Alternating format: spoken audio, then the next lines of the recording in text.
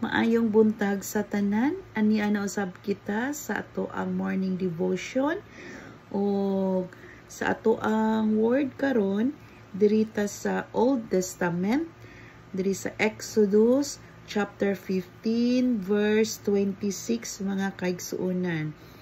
So kini siya sa panahon ni siya ni Moises mga kaigsuonan, no? So akong basahon Exodus chapter 15 verse 26. Miingon siya, kung maminaw gayud kamo kanako ang Ginoo nga inyong Dios, ug buhaton ninyo ang giisip ko nga matarong, ug magtamod kamo sa akong mga sugo, ug magtuman sa tanan kong ipabuhat kaninyo. Dili ko kamo kastiguhon sa bisan unsang sakit nga akong gipahamtang sa mga Ehiptohanon. Ako ang Ginoo, maoy nag-ayo kaninyo. Ang Dios magapanalangin sa iyang mensahe karong kabuntaga. Ug salamat kay sa pulong sa Ginoo, no?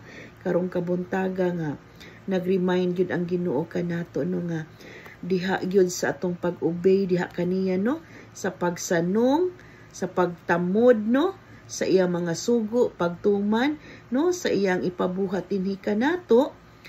Naghatod yun ni siya og panalangin dinhi kanato mga kaigsuonan. So usapon ni ini nga verse atong makita, no, diha sa Deuteronomy chapter 28 kung ato nang basahon mga kaigsuonan, nadana ang tanang mga saad, no, mga saad diha sa Ginoo kung kita is kanang obedyenta diha sa Ginoo na yoy panalangin. Nadana gideklara nga magauna, no, maga-overtake ang panalangin, no, sa dihang kita mutamod, musunod, no, magkinabuhi yun nga subay sa kabubuton sa Ginoo, na isaad dito sa pulong sa Ginoo nga ang blessings is mag-overtake kanato mga kaigsuonan. So nindot kaayo, no, ang kuan pud mga kaigsuonan, kung mo disobey pud ta sa iya, ang mo disobey pud ta diha sa Ginoo, naapoy mga panghitabo mga kaigsuonan, no. As we know sa atong topic class yesterday about atong usa ka prodigal son, no, sa iyang gibuhat nga sa iyang pag-disobey sa iyang amahan, iyang giwaldas-waldas ang iya ang mga kabdangan, no, iyang gi-invest dito sa mga kahilayan nga mga butang, o dito nakita nato nga naagay consequences, no, sa tanang mga butang nga buhaton, nga tanang mga butang nga nag-lead yun sa kasalanan, no, naging mga consequences mga kaigsuonan. Kini nga message karon is a reminder sa Ginoo dinhi kanato, labi na sa atong pagkinabuhi karon, no, sa atong pagkinabuhi nga gitudluan kita sa Ginoo nga kining tanang mga butang nga aron kita mahilayo ta sa mga balatian, sa mga dagkong mga panghitabo sa atong kinabuhi. Kinahanglan jud ta nga mo-obey jud ta sa Ginoo, no, kanang kung unsay matarong diha sa Ginoo, mo gyud ato ang tumanon mga kaigsuonan, no, mo atong sundon sama niini, no, kining atong pagbasa sa pulong sa Ginoo, din pag-meditate sa pulong sa Ginoo, dayon kung unsay mensahe sa Ginoo atong i-apply sa atong kinabuhi, no. O mo gyud ni nga usa ka butang nga naghatod og kahimayaan diha sa Ginoo, no, ron aron masayra nato kung unsa yang mensahe dinhi kanato mga kaigsuonan. So nindot kaayo mga kaigsuonan, no, nga ang saad pud diri sa Ginoo sa dihang musunod ta diha kaniya, no, musunod ta diha kaniya, mutuman ta sa iyang ipabuhat dinhi kanato, ipalayo gyud kita sa mga dautan mga kaigsuonan, labi ng mga balatian. Ipalayo ta sa mga dautan, sa mga disgrasya, sa tanang buhat sa kaaway mga kaigsuonan, na agyud ang saad sa Ginoo nga protection.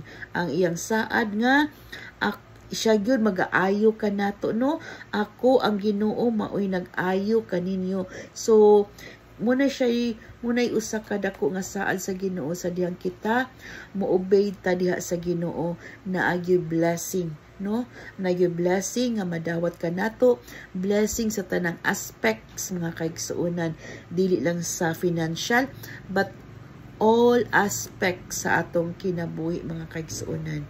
So nindot jud kaayo mga kaigsuonan no, magapuyo jud ta no nga subay jud sa kabubuton sa Ginoo, nakatuman jud ta no, nakahimo jud ta sa sugo sa Ginoo mga kaigsuonan, kay naagi blessing sa tanan. O kini pod no, mo yun ay mag-lead ka nato nga natay victorious life. Paminaw yun o nakadawat sa pulong sa Ginoo o iya kining gidawat, iya kining gikinabuhi na agyupoy panalangin mga kaigsuonan. O diya sa Proverbs no, chapter 3 verse 1 to 2, obedience no, ang pagka-obedience nato mag-lead na siya sa long life and prosperity o peace mga kaigsuonan. So mao ni siya yawi mga kaigsuonan sa panalangin. So kung ikaw ganan kag panalangin, muobey gyud ta diha sa Ginoo. Amen. So salamat kayo sa pulong sa Ginoo mga kaigsuonan.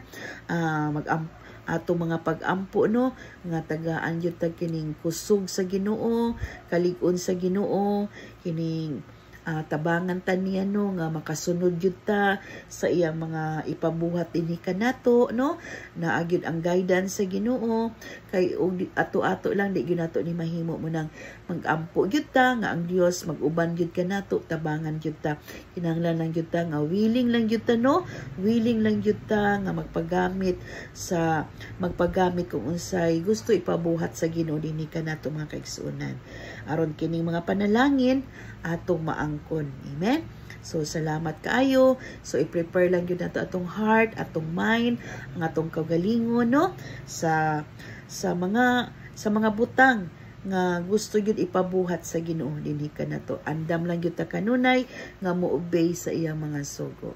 Og dalaygon ang Dios sa walay katapusan nining matahom na kabuntagon, og salamat sa pulong sa Ginoo nga naghatod jud kanato og pag-remind, pagtudlo o paggiya kanato sa atong pagkinabuhi dinhi sa kalibutan. Og dalaygon ang Dios sa walay katapusan. Amen. Og bye-bye. Kita na po ta ugma mga kaigsuonan the same time. God bless.